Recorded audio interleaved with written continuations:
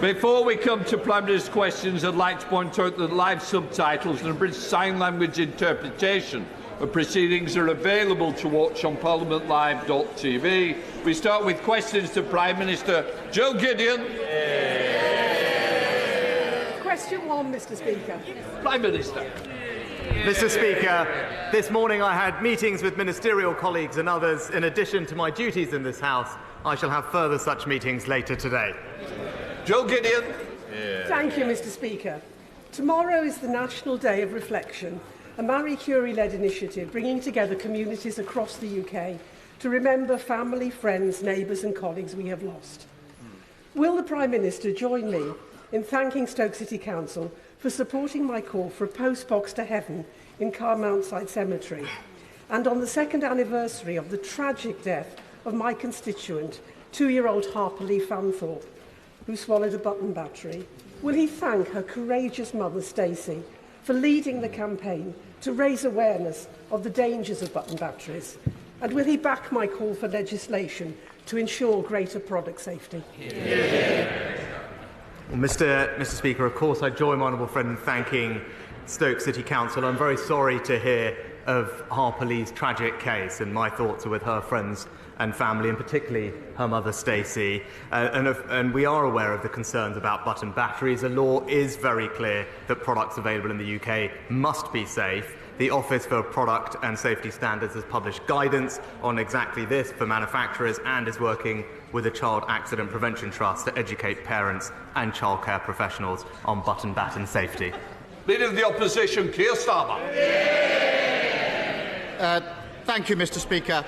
Today we remember the innocent lives lost 6 years ago in a terror attack on Westminster Bridge. Amongst those tragically killed was PC Keith Palmer, who sacrificed his life to protect others.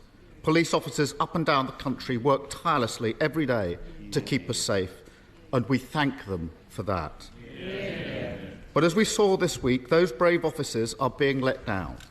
Dame Louise Casey found institutional homophobia, misogyny and racism in the Metropolitan Police. I accept those findings in full. Does the Prime Minister? Prime Minister. Well, Mr. Speaker, I join with the honourable gentleman paying tribute to PC Palmer and indeed all the other police officers who have lost their lives serving and those who do so much to keep us safe. I was appalled, Mr. Speaker, to read the descriptions of the abhorrent cases of officers who have betrayed the public's trust and abused their powers. And let me be clear, it is and was unacceptable and should never have happened. We have taken a series of steps already, and the government will also now work with the Mayor and the Metropolitan Commissioner to ensure that culture, standards and behaviour all improve. At the heart of this matter are the people whose lives have been ruined by what has happened, and I know the whole House will agree with me that it is imperative that the Met works hard to regain the trust of the people it is privileged to serve. Keir Starmer. I take it from that answer that the Prime Minister does accept the Casey findings in full, including the institutional failures. Because nobody reading the Casey report can be left in any doubt about how serious this is, and doubt for a second that it's restricted to the Met. The report lays bare how those unfit to join the police are aided by patchwork vetting systems that leave the door open. If the government backed Labour's plan for proper mandatory national vetting, we could end the farce that sees different police recruitment standards in different forces. Will he back that plan so we can make speedy progress? Prime Minister. Mr. Speaker, there's no need to back that plan because we're already taking action to tackle the issues that are raised in the Casey report. And it was actually 2 months ago. It was 2 months ago that I met with Dame Louise Casey and the Metropolitan Commissioner, and we introduced a series of measures. For instance, the College of Policing is currently updating the statutory code of practice for police officer vetting that all forces legally have to follow. All police forces are in the process of checking their officers against the Police National Database, and in weeks, Her Majesty's Independent Inspectorate will report back on their re-inspection of all forces vetting procedures. Now, these steps, of course, won't undo the terrible damage that have been previously committed, but we owe this action and more to the victims and survivors to ensure that such tragedies never happen again. Keir Starmer. Well, the problem with the Prime Minister's answer is what he's referring to isn't mandatory. How can it possibly be right to have different standards for recruitment in different police forces? No wonder the Casey report criticised what she calls the government's hands-off attitude to policing over the last 13 years. But let's call it what it really is: sheer negligence. The report also exposes chronic failures by the police to deal with rape cases, with officers using, and I quote, overstuffed or broken fridges containing the rape kits of victims. On his watch, rape charges are 1.6%. Yet the government still hasn't backed Labour's plan to have proper, high-quality rape and serious sexual offences units in every police force. Why not? Prime Minister. Mr. Speaker, what Louise Casey also says is that primary public accountability of the Met sits with the Mayor of London.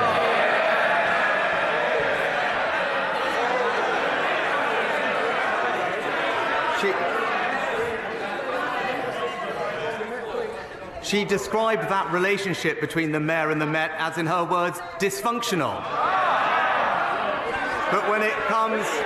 So I hope when he stands up, he will also confirm to the House that he will take up these matters with the Labour Mayor of London so that he plays his part. But, Mr. Speaker, the way rape victims were treated by the criminal justice system wasn't good enough, and that's why the government published an ambitious rape review action plan. It's right that we've extended Operation Sorteria across all police forces in the country. We've tripled the number of independent sexual violence advisors. We've improved the process of collecting phone evidence and being cross-examined. And since 2010, we've quadrupled funding for victim support services. That is a Conservative government doing everything we can to support victims and tackle predators. People are fed up to the back teeth with a government that never takes responsibility and just tries to blame everyone. They can shout if they're proud of the fact that over 98% of rapists are never put before. If they want to shout about that, that's their record. Let them shout about it. You should be ashamed of yourself. The truth is simple. After 13 years of Tory government, crime is out of control and people are paying the price. Before Christmas, the BBC reported the shocking case of a woman in Armthorpe who'd been beaten with a baseball bat by burglars 3 years ago. Nobody had been charged with that burglary, and she couldn't sleep at night. Under their watch, tragically, that's not an unusual case. So can the Prime Minister tell us what's the charge rate for theft and burglary across the country? Prime Minister. Well, Mr. Speaker, actually, since 2019, neighbourhood crime is down by 25%. But he asked rightly about what's happening with rape cases. So let me just tell him that we are on track to meet our target of doubling the number of rape cases that are reaching our courts. Since the Rape Review Action Plan was published, we've seen police referrals double.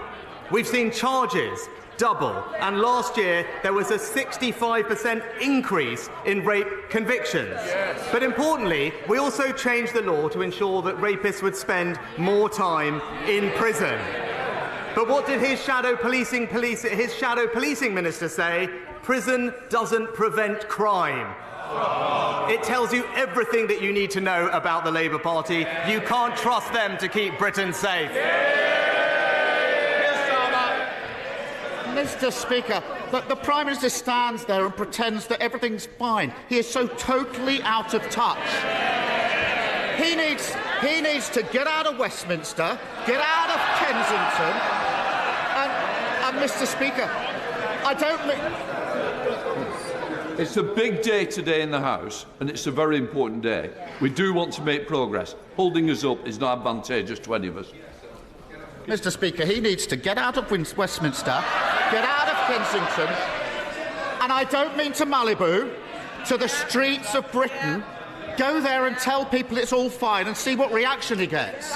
The answer he didn't want to give, although he knows it, is 4% of cases. 4% of burglary charges are charged. 96% of theft and burglary cases not even going before the courts.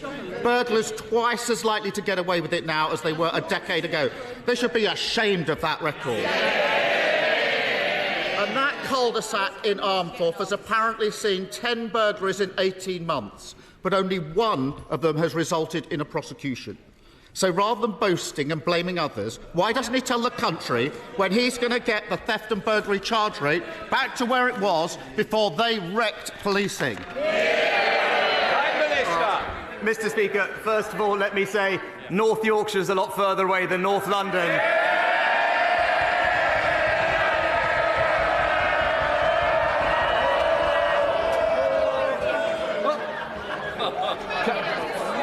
Can I say, I'd like the lines as well, but I prefer to hear them rather than jeering. Come on, Prime Minister. Mister. Now then, we are going to make progress. Mr. Shelbrooke will be buying the teas in the tea room if we're not careful. Come on, Prime Minister. There'll be Yorkshire teas, Mr. Speaker. But since the Conservatives came into power, crime is down 50%, Mr. Speaker. Violent crime down 40%. Burglary, the Honourable Gentleman mentioned burglary down 56%. Why? Because we've recruited 20,000 more police officers. We've given them the powers to tackle crime, and we've kept serious offenders in prison for longer. All they've done is vote against greater protections for emergency workers. They've opposed tougher sentences for violent criminals, and they are failing to give the police the powers that they need. It's the same old Labour, soft on crime, soft on criminals. The only criminal investigation he's ever been involved in is the one that found him guilty of breaking the law. I've prosecuted countless rapists. On the Prime Minister, I want tougher. Hold on. I am determined to hear the questions, whether it's the Leader of the Opposition, the Prime Minister. So I can. Sorry. I think you've got your first customer for tea, Mr. Kurtz. We keep having this little problem. We'll have no more. No, then, just a moment. So please, let's get through and let's just show some respect to both people at dispatch boxes. Keir Starmer. Thank you, Mr. Speaker. I've prosecuted countless rapists and I support tougher sentences. But you have to catch the criminals first. And when 98% of rapists are not even being put before the court, that's a massive failure on the government. And if he wants to go to Armthorpe, which is in Yorkshire, why doesn't he go to that cul-de-sac when he gets out and about in Yorkshire and ask them about those 10 burglaries that haven't been prosecuted? The reality is, after 13 years of Tory government, they've done nothing on standards, neighbourhood policing has been shattered, and burglars and rapists walk the streets with impunity. It's the same every week from the Prime Minister, whether it's the cost of living crisis, crime running out of control, or the state of the NHS. Why is his answer always to tell this British people they've never had it so good? Prime Minister. Mr. Speaker, let me just address the issue the Honourable Gentleman raised, because I said at the time I respected the decision the police reached and I offered an unreserved apology. But for the avoidance of doubt, Mr. Speaker, at the moment that happened, there was a full investigation by a very senior civil servant. The findings of which confirmed that I had no advance knowledge about what had been planned, having arrived early for a meeting. But he doesn't need me to tell him that. He's probably spoken to the report's author much more frequently than I have.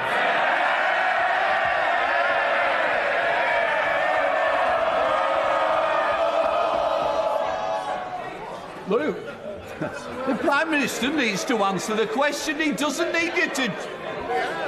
I don't think we need any more. Let's keep it that way. Prime Minister. Look, Mr. Speaker, we're getting on. We're halving inflation by paying 50% of people's energy bills and freezing fuel duty. We're cutting. And it's the same for this side. Mr. Gwynne, I don't need any more from the backbenches here either. Can I just say, let's calm. Mr. Fabricant, not again. I'm just quite seriously. Today is a very big day, some important decisions are going to be taken. So please, I want to get this House moving on. Prime Minister. Mr. Speaker, we're also cutting NHS waiting lists by resolving pay disputes and getting doctors back to work. And, Mr. Speaker, we're stopping the boats with a new bill to tackle illegal migration. That's a Conservative government delivering on the people's priorities. Holly Mumby-Croft. Holly Mumby-Croft. Can I thank my honourable friend, the Prime Minister, for the efforts he has made to support the UK's steel industry? Can I tell him that we remain very concerned about job losses at British Steel in Scunthorpe? So will he today reassure my constituents in North Lincolnshire that we will never see the end of UK steelmaking under his watch? Mr. Speaker, the UK steel industry can have no greater champion than my honourable friend. And I know that this must be a concerning time for British Steel employees, and we stand ready to work with her to support them. Now, she's right, industrial sectors, including steel, have been able to bid into competitive government funds worth £1 billion to help support them to cut emissions and become more energy efficient. And the government's recently announced British Industry Supercharger Fund can help boost competitiveness in UK's key energy-intensive industries, and I look forward to working with her to ensure a thriving steel industry in our United Kingdom. Leader of the SNP, Sim Flynn. Thank you, Mr. Speaker. I'd like to begin by paying tribute to PC Palmer, who so tragically lost his life in defence of this Parliament and indeed what we all stand for, democracy. Mr. Speaker, what worries the Prime Minister most about Brexit right now? Is it the likely 4% hit to UK productivity, or is it 3 former Tory leaders planning to vote down his deal this afternoon? Mr. Speaker, Mr. Speaker, the Windsor framework represents. Just to help the chamber, just help everybody. I understand it's true. Prime Minister. Mr. Speaker, the Windsor framework represents a good deal for the people and families and businesses of Northern Ireland. It restores the balance of the Belfast Good Friday Agreement and ensures Northern Ireland's place in our precious union. But what I would say to him, I was more intrigued to see the words of his own party's president, who just this past week have described his own party as being, in their words, in a tremendous mess. Stephen Flynn. Mr. Speaker, the reality is that whilst Westminster is once again consumed by the damage being caused by Brexit, the public at home are facing the biggest fall in living standards ever, the highest tax burden since the end of the Second World War, and inflation at 10.4%. When are the Conservative Party, and indeed the Labour Party, going to realise that Brexit can't work? Mr. Speaker, the actions that this government is taking are ensuring that fully half of most families' energy bills are being supported by this government. We're also making sure that we're delivering for people with cutting NHS waiting lists, and that's something that we're happy to work with the Scottish Government to learn and share best practice with them on. But we're also, Mr. Speaker, delivering on the people's #1 priority, which is to stop the boats and end illegal migration. Tom Randall.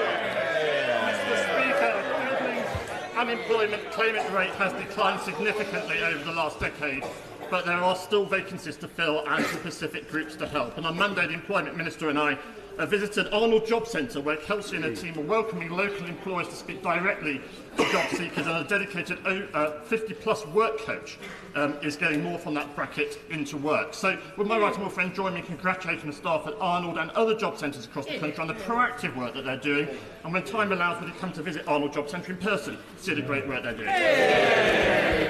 Well, can I thank my honourable friend and join him in thanking all the staff at Arnold Job Centre for their hard work. I shall keep his kind invitation to visit in mind. He mentioned the over 50s. He mentioned the over 50s, or as my right honourable friend the Chancellor described them, are more experienced workers, and he was right to focus on them, because together with the Work and Pension Secretary we are putting in place a range of measures to help support them to return to and stay in the labour market, and that is something that not only will help us continue to bring inflation down, but will support those people to have healthy, productive, fulfilling lives. Neil Hamby. Thank you, Mr. Speaker. The UK Government recently confirmed that Scotland generated and sent south 35 billion kilowatt-hours of energy in 2021. That number will rise to 124 billion in less than 8 years' time. For this multi-billion-pound bounty, Scotland will see no revenue, no manufacturing or supply chain jobs. In our land of energy plenty, why should our people be cold and hungry and businesses failing as a result of his government's robbery? So what has the Prime Minister to say in defence of this naked exploitation of Scotland's people and its resources?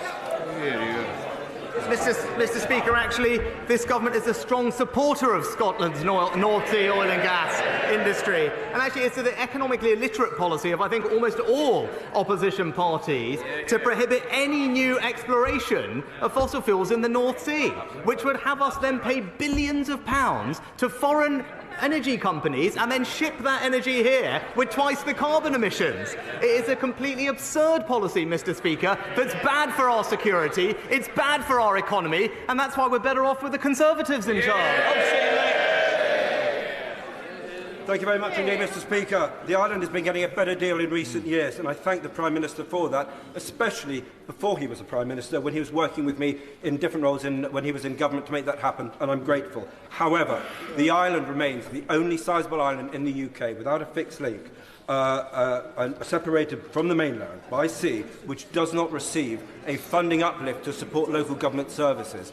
And this injustice has been ongoing now for 50 years. And all the evidence, Mr. Speaker, shows that it costs more to provide local services on an island than on the mainland. Will the Prime Minister work with me and his ministers to overcome this injustice this year? Thank you. Well, can I thank my honourable friend for his continued campaigning on behalf of his constituents.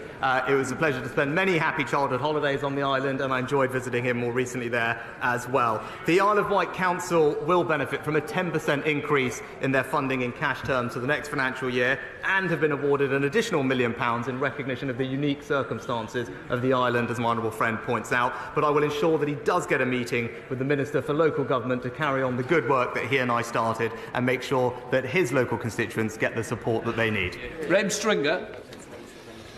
Mr. Speaker, we now know from the Telegraph's lockdown files that during COVID, at the very heart of government, science wasn't being followed and rational discourse had been abandoned.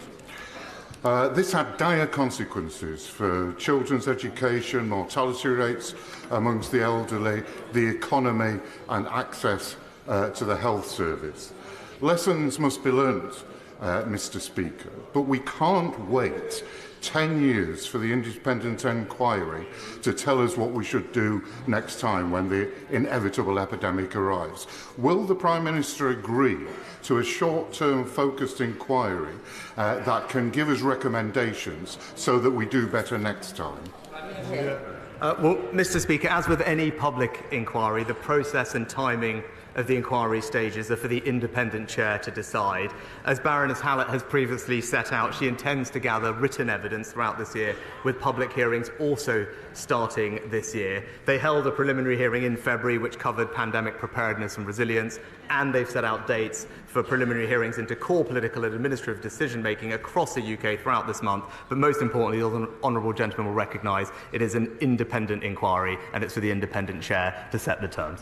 Jerome May. Mr. Speaker, more than 1.5 million people living outside London stand to be impacted by the Mayor's new London-wide ultra-low emission zone. Labour and the Liberal Democrats, they're all for the ULEZ charge. They don't care about the cost of living crisis.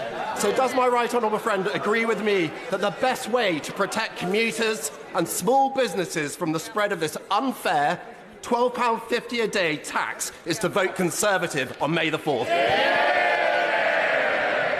Well, Mr. Speaker, my honourable friend is absolutely right, and I think he also failed to mention that just this week we've seen Labour in Wales introduce more plans for further road charging as well, increasing cost pressures for public and businesses. And I'd urge the parties opposite to listen and stand up for the public and small businesses, just as the Conservatives do. Hannah Bardell.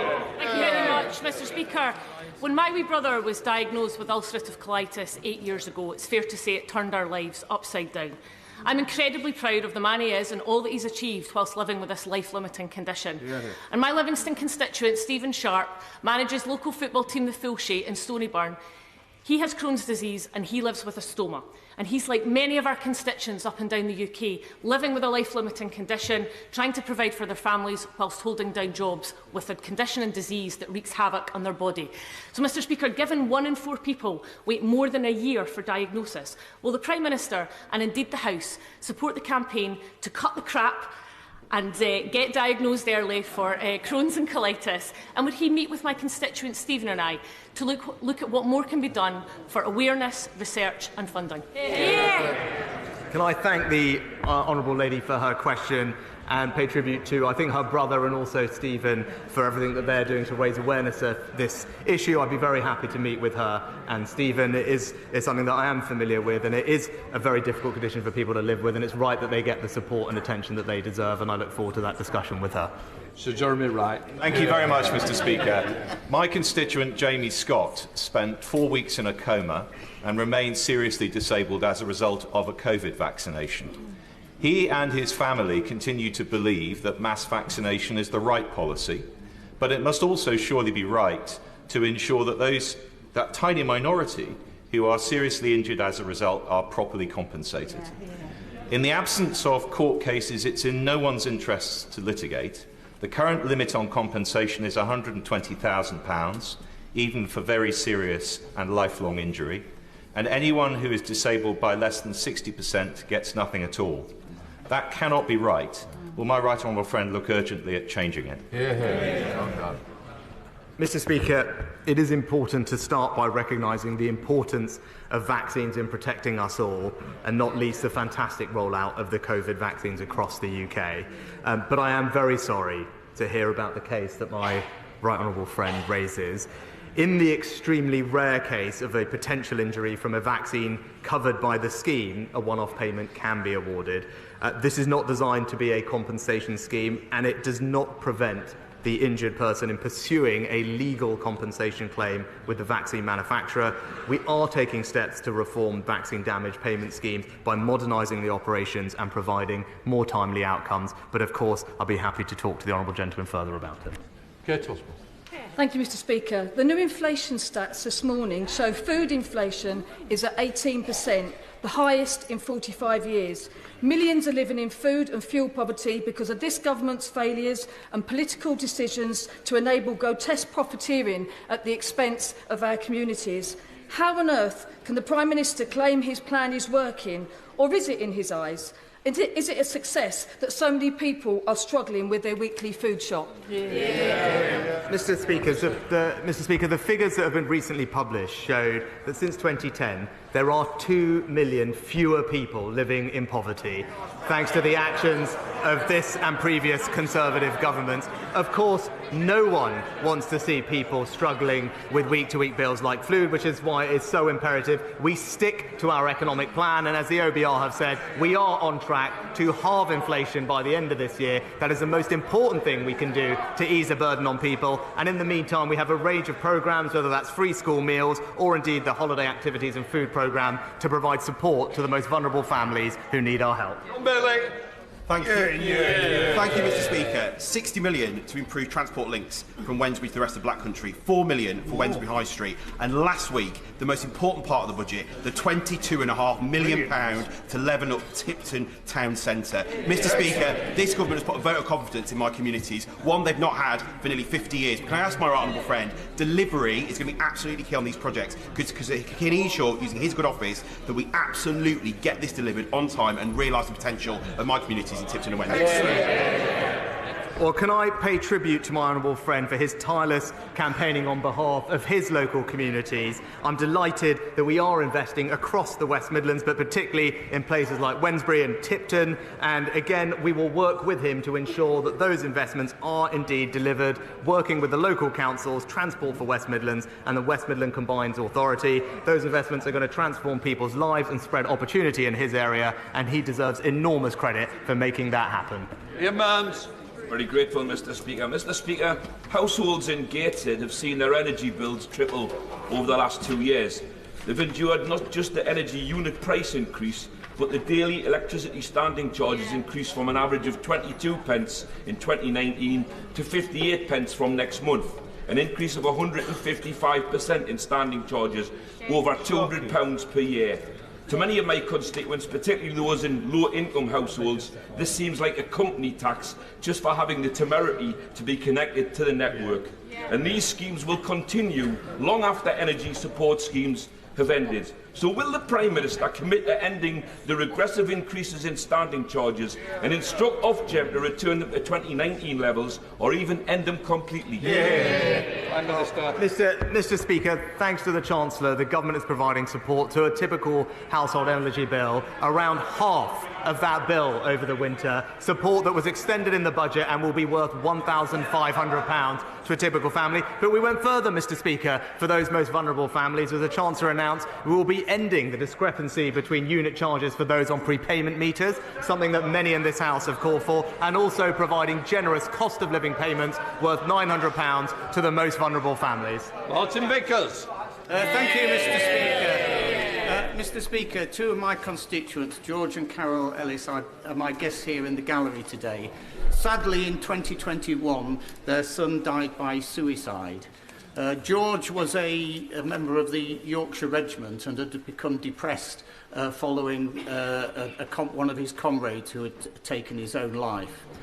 In memory of George, Adrian and Carol have set up a support group which marries up one veteran with another who is able to talk through and hopefully help them. The support group is called Get Emotions Out, after George.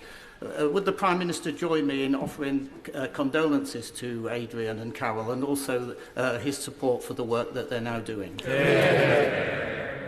Can I join my honourable friend in sending my and the whole House's condolences to George's friends and family, and thank his parents for the brave work they are doing to raise awareness of veterans' mental health. Support is available for anyone experiencing suicidal thoughts, including from the Samaritans helpline. And thanks to the excellent work of my honourable friend, the Veterans Minister, we are working specifically to support veterans' mental health through Op Courage, which is a bespoke mental health and wellbeing service for veterans in the NHS, backed by considerable funding, which was increased in the recent budget, and that fully integrated service will be launched next month. But again, I pay tribute to George's parents for all the incredible work that they are doing.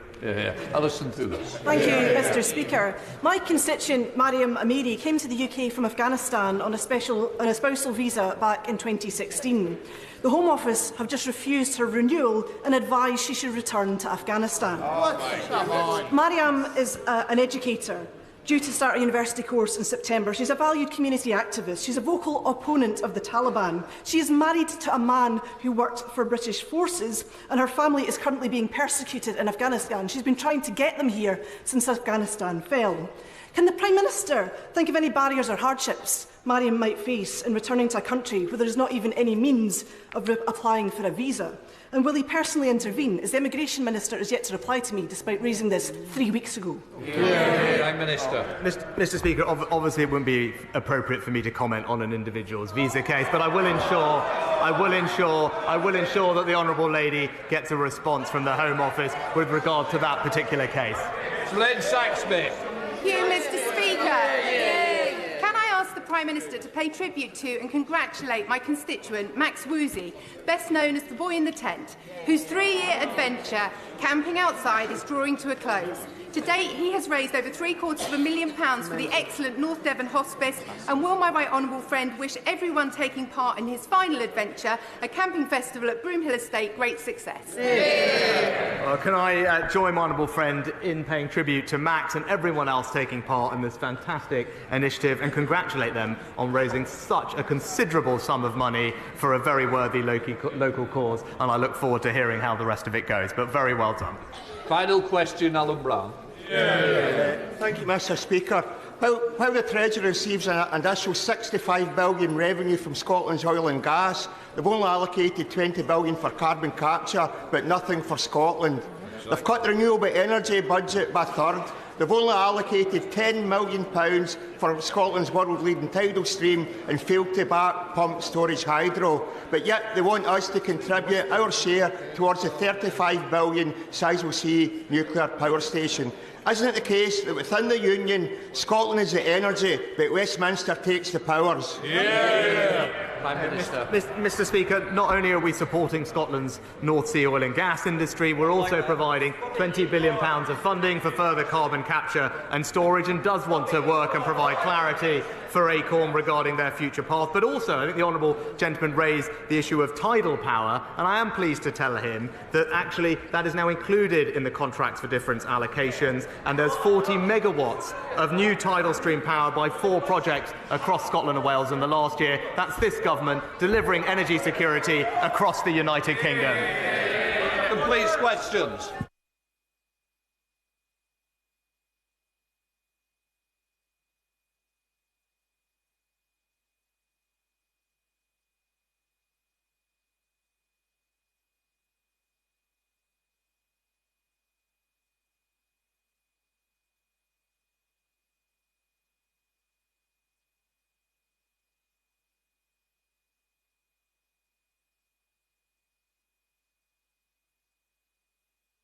Slade Saxby. Thank you, Mr. Speaker.